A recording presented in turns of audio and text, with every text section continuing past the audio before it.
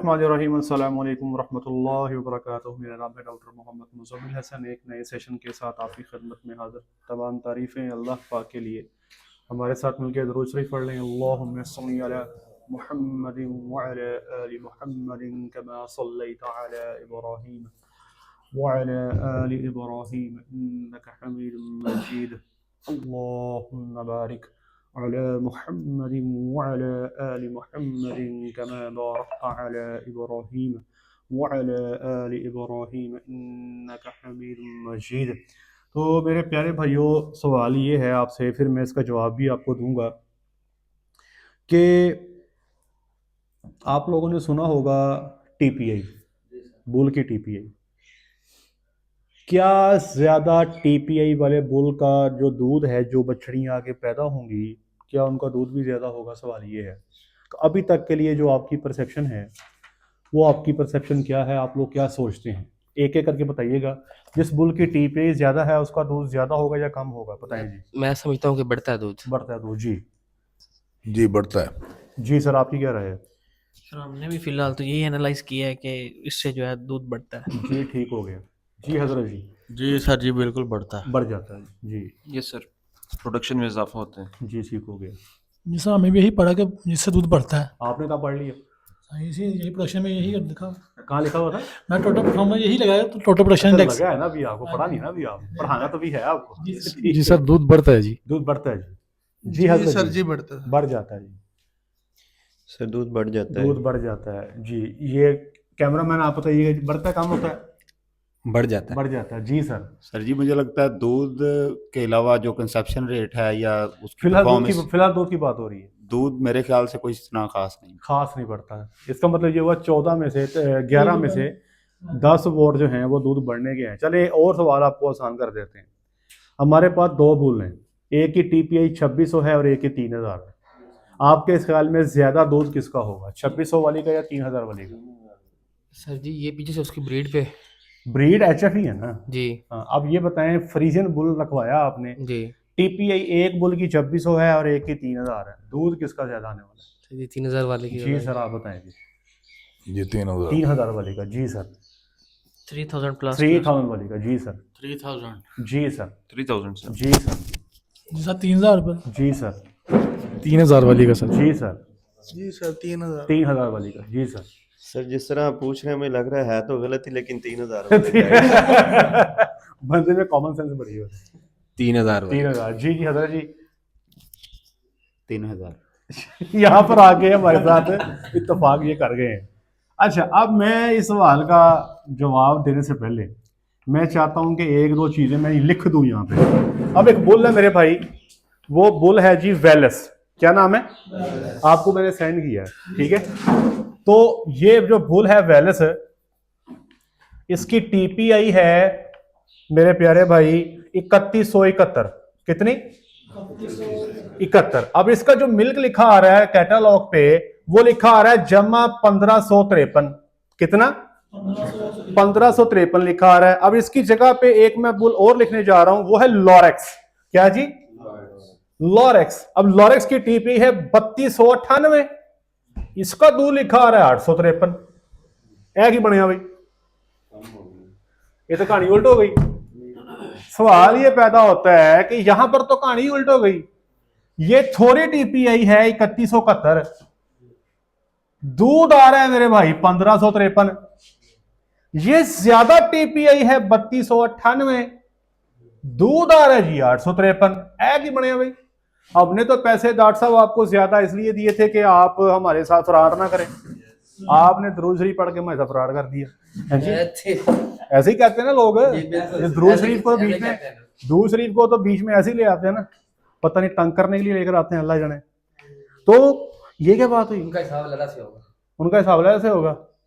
अब ये बात को समझना है कि टीपीआई क्या है और दूध क्या है। TPI stands for total performance index. आपने देखना है कि टोटल परफॉर्मेंस क्या है। अब जैसे मिसाल के तौर पे एक क्रिकेटर है, ठीक है जी। अब उसकी क्रिकेट ग्राउंड में परफॉर्मेंस क्या सिर्फ उसकी अच्छी ओवर करवाना है या अच्छी बैटिंग करना है, या फील्डिंग भी है? फील्डिंग भी है ना, परफॉर्मेंस में फील्डिंग भी आती है। परफॉर्मेंस में ये भी देखा जाता है कि वो कितना तेज भागता है। और कई मेरे जैसे होते हैं, वो बॉल बाउंड्री पे जा रही होती, बेचारे ने दौड़ ला के समझ आ जाती कि को गेंद कुछ रुकनी, वो बल्कि हैं, उनसे उस तरह दौड़ा नहीं जाता। तो अगर एक स्पोर्ट्समैन की परफॉर्मेंस देखी जाए तो उसमें उसकी हेल्थ भी है, उसमें उसकी एक्टिविटी वो कितनी फास्ट करता है वो भी है, और अपनी गेम से रेलेवेंट उसकी परफॉर्मेंस क्या है, ये सब को इकट्ठा करे तो परफॉर्मेंस आती है।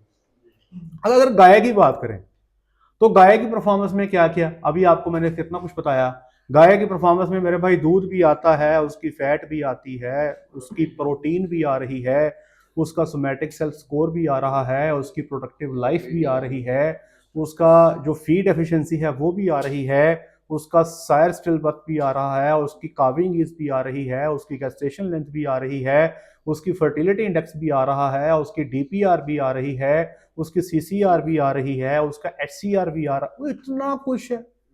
अब इसमें इतने सारे में को जब आप इकट्ठा करते हो तो तब टीपीआई बनती है। ये टीपीआई 2026 का फार्मूला देखें क्या है कि इसमें कौन कौन सी चीजें हैं। मैं कैमरा जरा नजदीक कर देंगे, नजदीक आ जाइएगा। अब टीपीआई का फार्मूला क्या है? टीपीआई का फार्मूला है 24 ज़रबे पीटीएपी बटा 17।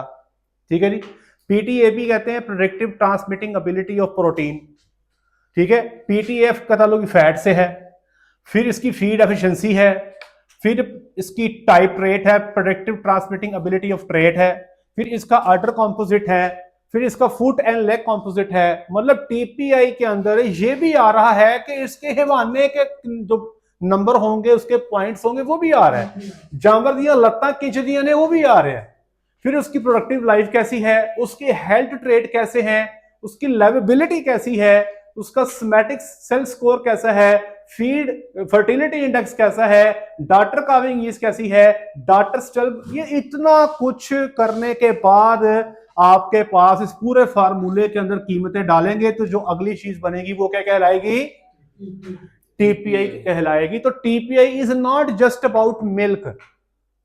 ठीक है, अगर टीपीआई को हम इस पूरे फार्मूले को तोड़ दें, पूरे फार्मूले को, तो इसमें तीन चीजें नजर आती हैं। एक तो इसमें प्रोडक्शन पे की बात की गई है, एक इसमें हेल्थ और फर्टिलिटी की बात की गई है, और एक इसमें कंफर्मेशन की बात की गई है। ठीक है, अब इस पूरे फार्मूले के अंदर 46% जो जोर दिया गया है, किस पे दिया गया है? प्रोडक्शन पे दिया गया है। 29% जोर किस पे दिया गया है? हेल्थ और फर्टिलिटी पे दिया गया है। 25% जोर किस पे दिया गया है? कंफर्मेशन पे दिया गया। अब मिसाल के तौर पे मैं एग्जांपल दे रहा हूं, एक बुल है, वो प्रोडक्शन में अच्छे नंबर ले लेता है, लेकिन यहां पर भी पीछे रह जाता है, यहां भी पीछे रह जाता है, तो ओवरऑल तो उसका स्कोर नीचे आ गया। अब एक बुल यहां पे जो है नंबर कम ले रहा है, लेकिन हेल्थ में, फर्टिलिटी में, कंफर्मेशन में नंबर ज्यादा ले गया, तो वो ऊपर चला गया।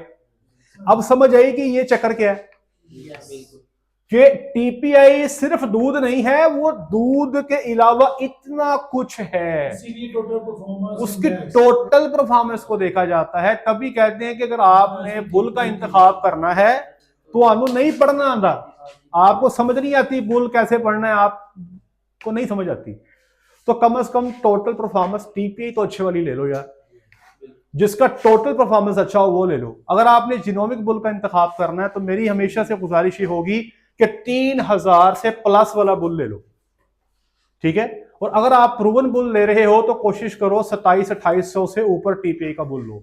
आपका इंशाल्लाह होल अजीज जो, बाकी तो मैंने आपको बता दिया सारा कि आपने बुल कैटलॉग कैसे पढ़नी है, वो आपको सारी समझ आ गई ना। अब आपने ये देखना है कि टीपीआई के साथ साथ टीपीआई तो आपके सामने आ गई। अब मिसाल के तौर पे अब ये दोनों के टीपीआई 3000 से ऊपर है। ठीक है, आपको अगर दूध आपके हर्ड में काम है, आप कहते हो यार मुझे चौथे गियर में दूध बढ़ाना है, तो फिर आप लोरस की बजाय वेलस यूज कर लो, क्योंकि आपका टारगेट क्या है? पर्टिकुलरली मिल्क है। अगर आप सिर्फ मिल्क को फोकस कर रहे हो, आप कहते हो दुनिया इधर की उधर हो जाए, मुझे मिल्क की एवरेज बढ़ानी है, मेरा जानवर जो आगे पैदा हो रहा है उसका दूध चौथे गियर में बढ़ जाए, तो फिर आप लॉरेस की बजाय Wallace is a good option. इसलिए ये बात ज़हन में रखें कि अगर किसी को ये लगता है, सर बैठ जाएं, कि ज्यादा टीपीआई वाला बुल जो है ज्यादा उसका दूध होगा, कम टीपीआई वाले बुल का दूध कम होगा, तो ऐसे नहीं है। Milk is one of the traits, ठीक है। टीपीआई इज टोटल परफॉर्मेंस, सब कुछ, ठीक है जी। तो ये सारा कुछ जो होता है ना जी, अब वैसे मिसाल के तौर पे बच्चों के रिजल्ट आता है ना, उसमें मैथ भी है, केमिस्ट्री भी है, बायोलॉजी भी है, उर्दू भी है, इस्लामियात भी है, अब सब के नंबर लगे हुए हैं, ठीक है। फिर सारे नंबरों को जमा करके ना उसकी परसेंटेज निकालते हैं कि इसकी मार्क्स की परसेंटेज कितनी आई। कोई कहता है मेरी 90% आ गई, कोई कहता है मेरी 80% आ गई। अब एक बच्चा है जिसकी रिजल्ट आया जी 80%, लेकिन मैथ में 100 बड़ा 100 नंबर है। अब आप कहेंगे यार ये 100 है मैथ में, ये 80 है, ये क्या चक्कर हुआ?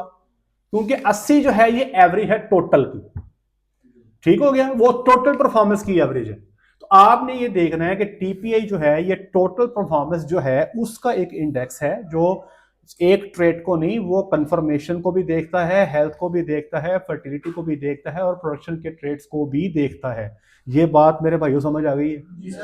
ए चानन हो गया है। अब गलती तो नहीं करेंगे, अब बुल का इंतखाब अपनी मर्जी से कर लेंगे, ठीक हो गया, ये बात क्लियर है। अच्छा, दूसरा सवाल जो आज ही के सेशन में हमारे भाई ने किया है कि आजकल ये बहुत बातें चल पड़ी हैं कि एक गाय से 20 बच्चे लें साल में, ये चक्कर क्या है? ये चक्कर मैं आपको छोटा सा करके एक्सप्लेन कर देता हूँ कि एक साल में आपने गाय से जो 20 बच्चे लेने हैं वो कहानी क्या है। मैं चाहूंगा कैमरामैन जरा इधर कैमरा मैन नजदीक कर दीजिएगा ताकि देखने वालों को आसानी हो जाए। आप सब जानते हैं कि जब गाय को हीट में आती है, उसको आप टीका रखवाते हो ना, तो ये उसकी ओवरी है, इस ओवरी से निकलता है एक अंडा, एक निकलता है, एक अंडा या ओवा निकलता है, यहां से स्पर्म आता है, वो इस अंडे से मिलता है और आगे क्या तैयार होता है? आगे बच्चा तैयार होता है। वो बच्चा फिर माँ के पेट में बढ़ता बुढ़ता रहता है, फलता फूलता रहता है और फिर वो 9 महीने के बाद बच्चा पैदा हो जाता है। अच्छा, एक टेक्निक ये है कि जानवर की ओवरी से आप अंडे निकाल लें। क्या निकाल लें? अंडे निकाल लें। जानवर की ओवरी से आप अच्छे जानवर से 5 से 7 अंडे आराम से एक टाइम पे निकाल सकते हैं। कुछ जानवरों में इससे ज्यादा भी है, कुछ जानवरों में इससे ज्यादा भी आ जाते हैं, और ये आप हर 20 दिन के बाद निकाल सकते हैं। आज निकाल लिया, फिर 20 दिन बाद फिर निकाल लिया, फिर महीने बाद निकाल लिया, या आपके आसानी के लिए बताता हूं कि हर महीने आप 10 अंडे निकाल लें। अब वो अंडे आप ले लेते हैं लेबोरेटरी में, ठीक है। लेबोरेटरी में जाके उन अंडों को आप स्पर्म से मिलाते हैं। अगर मिसाल के तौर पे आपने निकाले 10 अंडे, उनको मिलाएंगे 10 स्पर्म से, तो कितने बच्चे बन गए? 10। अब इसकी एक क्वालिटी होती है, ठीक है, जो आगे बच्चे बनते हैं उनकी क्वालिटी देखी जाती है, जिसको कहते हैं ग्रेडिंग ऑफ एम्ब्रियो। आप देखते हैं कौन सा एम्ब्रियो अच्छा है जिसको हमें फ्रीज करना चाहिए। वो जो आगे अंडे बन रहे हैं उनकी स्पर्म से मिलने के बाद जो अच्छी क्वालिटी के एम्ब्रियो हैं उनको आप स्ट्रॉ में फ्रीज कर लेते हो। डायरेक्ट भी रख सकते हो बगैर फ्रीज किए, या फिर आप फ्रीज कर लेते हो। अब आपने इस जानवर के ओवरी से 5-7 अंडे निकाले, मे बी 7 एम्ब्रियो बन गए, फिर 20 दिन के बाद निकाले, फिर 4-5 बच्चे आपने बना लिए लेबोरेटरी में, फिर 20 दिन के बाद निकाले, फिर 4-5 बच्चे बना लिए। अब आप क्या करते हो कि मार्केट से एक ऐसे जानवर का इंतखाब करते हो जो इनकी सरोगेट मदर बनेगी। सरोगेट मदर कहते हैं सौतेली मां। आपने कोई ऐसा जानवर जो गर्मी अच्छी बर्दाश्त कर सकता है, थोड़ा सा स्टेचर भी उसका अच्छा है, हड्डा पैरा का खुला है, आप उस जानवर को ला के ये अंडा जो है, ये जो आपने बच्चा तैयार किया, हीट में आने के 6 से 7 दिन बाद ये बच्चा आप उसके बच्चेदानी में रख देते हो। क्योंकि ये बच्चा कितने दिन का है? 6-7 ये 6-7 दिन का बच्चा है जब आपने इसको फ्रीज किया था। तो आप हीट में आने के 6 से 7 दिन के बाद किसी दूसरी माँ में ये बच्चा रख दोगे। इसका काम सिर्फ क्या होगा कि इसने अपनी बच्चेदानी को पेश किया है 9 महीने के लिए कि चलो मैं आज बच्चे को पालती हूं। तो ये बच्चा इसका नहीं है, ये सिर्फ क्या कर रही है? पालने का काम कर रही है। तो जब 9 महीने के बाद बच्चा पैदा होगा वो उसी का होगा जिसका आपने अंडा यूज किया था और जिसका आपने स्पर्म यूज किया था। अब वो जानवर खुद तो प्रेग्नेंट नहीं हो रहा, लेकिन उसके जो अंडे निकल रहे हैं आप लेबोरेटरी में बच्चे तैयार करके दूसरी गायों में रखते जा रहे हो, वो फारिग है, वो अंडे दिए जा रही है। तो इसको कहते हैं एम्ब्रियो ट्रांसफर। इस तरह आप एक जानवर से जो कहते हैं ना कि आप साल में 20 बच्चे आप ले सकते हैं, तो वो ये टेक्नोलॉजी है जिसके जरिए आप जानवर से साल में 20 बच्चे ले सकते हैं। सर जी मेरा एक सवाल है, जी जी। इस पे कितना रिलायबल है, किया जा सकता है, महंगा भी है तो करना चाहिए या नहीं? अब तो टेक्नोलॉजी जो है ना बड़ी, जो हमारे दोस्त यहाँ पे काम कर रहे हैं उनका हाथ भी माशाल्लाह वक्त के साथ साथ सीधा होता जा रहा है। जाहिर बात है आज से 2 साल पहले वो एक्सपर्टीज नहीं थी जो अब है। अब तो यही सुनने में आ रहा है कि जो लोग काम कर रहे हैं वो अच्छा रिजल्ट ले रहे हैं। आज इसकी कॉस्ट के ऊपर बात हो सकती है कि वो सस्ती है, महंगी है, अफोर्डेबल है, नहीं है, वो एक अलग टॉपिक है। लेकिन अगर इसकी बात की जाए सक्सेस रेट की कि ये कितना % कामयाब है, तो अब माशाल्लाह सक्सेस जो है, हमारे जो साइंसदान हैं, हमारे जो साइंटिस्ट हैं, वो एक अच्छी सक्सेस ले रहे हैं। ठीक है जी। कोई और सवाल जी? क्यों भाई जी आपने 2600 टीपी ये वाला बुल सर जी आपने 2600 टीपीआई वाला जो बुल का है वो किस सूरत में हम इस्तेमाल कर सकते हैं? फॉर एग्जांपल अगर करें तो देखिए जी, आप या 2600 से प्लस? मैं तो गुजारिश यही करूंगा कि आप अगर प्रूवन भी ले रहे हैं तो आप भी कोशिश करें कि 2600 तो ऊपर ही कम से कम लें, ऊपर ही होना चाहिए। जल्दी डेवलप करेंगे आप। ठीक है जी। मैंने एक फार्म देखा, वहां पर उनकी इस वक्त की टोटल एवरेज जो चल रही है 39 लीटर चल रही है। अब आप देख लें यार, ये जो 39 लीटर की एवरेज है, गाइयां तो सारी उत्थे भी छिट्टियां डब्बियां ही ने, वही रंग ने, वही रूप ने, वही कद मठ ने, लेकिन दूध ज्यादा आ रहा है। ये जेनेटिक्स है, इस पे काम करना है। प्राइस मिनिमम और ज्यादा कितनी है? क्या जी? प्राइस स्ट्रॉ की मेरे भाई, जो तो स्ट्रॉ होते हैं ना टॉप के अंदर, टॉप 5 है या टॉप 10 है, उनका तो रेट होता है बेतुका सा। ठीक है। लेकिन अमूमी तौर पे जो एक अच्छा स्ट्रॉ है वो आपको तकरीबन राउंड अबाउट 12, 13, 14 में मिल जाता है। ये जो कैप्टन इस वक्त इतना महंगा है ना, ये भी मुझे लगता है कि आज से 8-10 साल बाद ये भी नीचे आ जाएगा। जब तक इसकी पीक है, ये नंबरों में चल रहा है टॉप 5 में, तब तक ये महंगा ही रहेगा जी। सर ये जो हम सीमन सिलेक्शन करेंगे जी इसमें टीपीआई में इसका मतलब स्ट्रक्चर वगैरह भी लिखा हुआ है, हाँ तो जी। हमें ये चीज़ें भी देखनी पड़ेंगी कि मतलब हमारे जानवर का स्ट्रक्चर जो है वो मतलब लेंथी है या टाल है, तो हमें इसे मीडियम स्ट्रक्चर का बनाने के लिए वो मैं बताता हूँ भी आपको। अगर आपका जानवर मिसाल के तौर पे आपका जानवर है जी, ये क्या कहते हैं जी, छोटे कद का है, तो एक टर्म होती है जिसको हम कहते हैं बॉडी वेट कंपोजिट, वो बताऊंगा भी आपको मैं। ठीक है। तो आप बॉडी वेट कंपोजिट माइनस में भी ले सकते हैं, प्लस में भी ले सकते हैं, अपनी ज़रूरत के मुताबिक। अगर आपके पास बहुत बड़े कद के जानवर हैं, आप कहते हैं कि ये ऊँट में पाले ने, तो आप आगे जो इंतखाब करें ऐसे बुल का लें जिसका बॉडी वेट कंपोजिट जो है वो माइनस में हो। अब कैप्टन की ये तो खूबसूरती है कि मेरा ख्याल दूध उसका 1700-1800 प्लस है मेरा ख्याल है, लेकिन उसकी जो हीफर्स हैं ना, उनके कद भी छोटे हैं। इमेजिन करो कि एक छोटे कद का या दरमियाने कद की बछड़ी हो और दूध भी ढेर देती हो, खुराक तो कम ही खाएगी ना, दूध भी ज्यादा देगी, खुराक भी कम है, तो मजे डबल मजे, फीड एफिशिएंसी बहुत ज्यादा होगी। ठीक है जी। मेरी बहुत शुक्रिया, अपना ख्याल रखें, दुआ में याद रखें, 5 वक्त की नमाज बाद जमात अदा करें। अस्सलामु अलैकुम वरहमतुल्लाहि वबरकातुहू।